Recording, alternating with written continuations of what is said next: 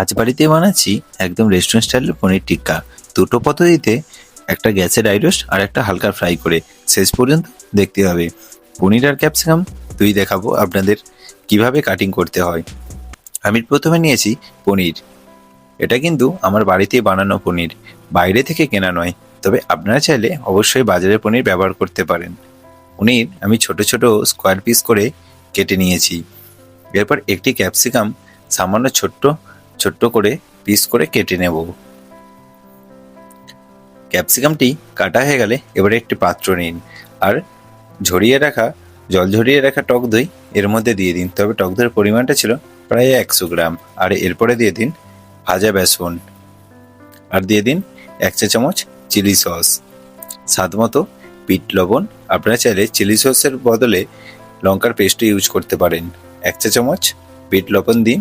এরপরে দিয়ে দিন 1 চা চামচ মরিচের গুঁড়ো, 1 চা চামচ গরম মশলা, 1 চা চামচ কসুরি মেথি, খুব অল্প হলুদ। এবার সবকিছু ভালো করে মিক্সড করে নেব।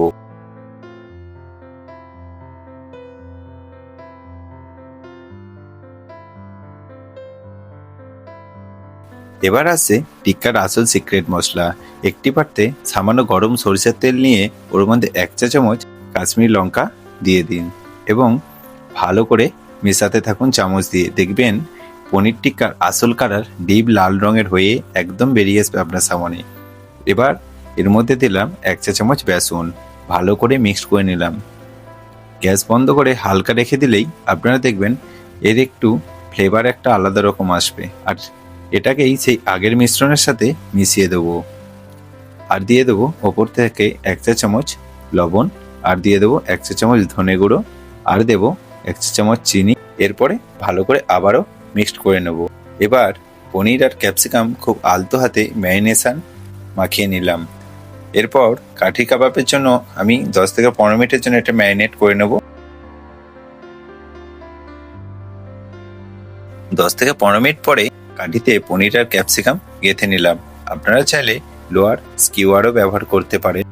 আমি এখানে কয়েকটা কাঠি ভালো করে ভরে নেব। একে একে পেঁয়াজ, ক্যাপসিকাম আর পনির এর মধ্যে ভরে নিয়ে রেডি করে নেব। আর কিছুটা আমি রেখে দেব ফ্রাই করার জন্য। আমি এখানে গ্যাসের চুলায় ড্রাই রোস্ট করে নিয়েছি।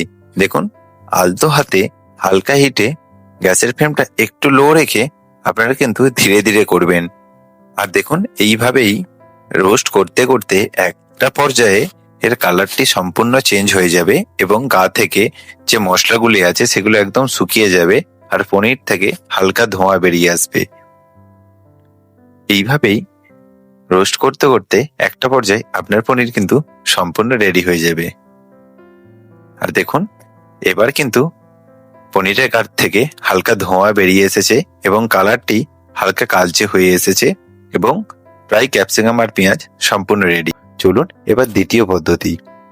আমি একটি তাওয়াতে হালকা তেল দিয়ে আর পনির, ক্যাপসিকাম আর পেঁয়াজগুলি দিয়ে হালকা হালকা করে লো ফ্লেমে ফ্রাই করে নেব। এইভাবেই সম্পূর্ণ পনির টিক্কা একদম রেডি, একটা ঘরোয়া স্টাইলে, আর একটা ফ্রাই করে আর একটা ড্রাই রোস্ট করে। এইভাবে আপনারা খুব সহজে বানিয়ে নিতে পারবেন পনির টিক্কা, তাও একদম বাড়িতে বসেই। চলুন, আজকের ভিডিওটা আপনাদের কেমন লাগলো অবশ্যই কিন্তু কমেন্ট করে জানাবেন। আর আপনারা এতক্ষণ দেখছিলেন শুভঙ্কর কিচেন। যদি আমার ভিডিওটা ভালো লাগে তাহলে অবশ্যই লাইক, কমেন্ট আর শেয়ার করতে কিন্তু অবশ্যই ভুলবেন না।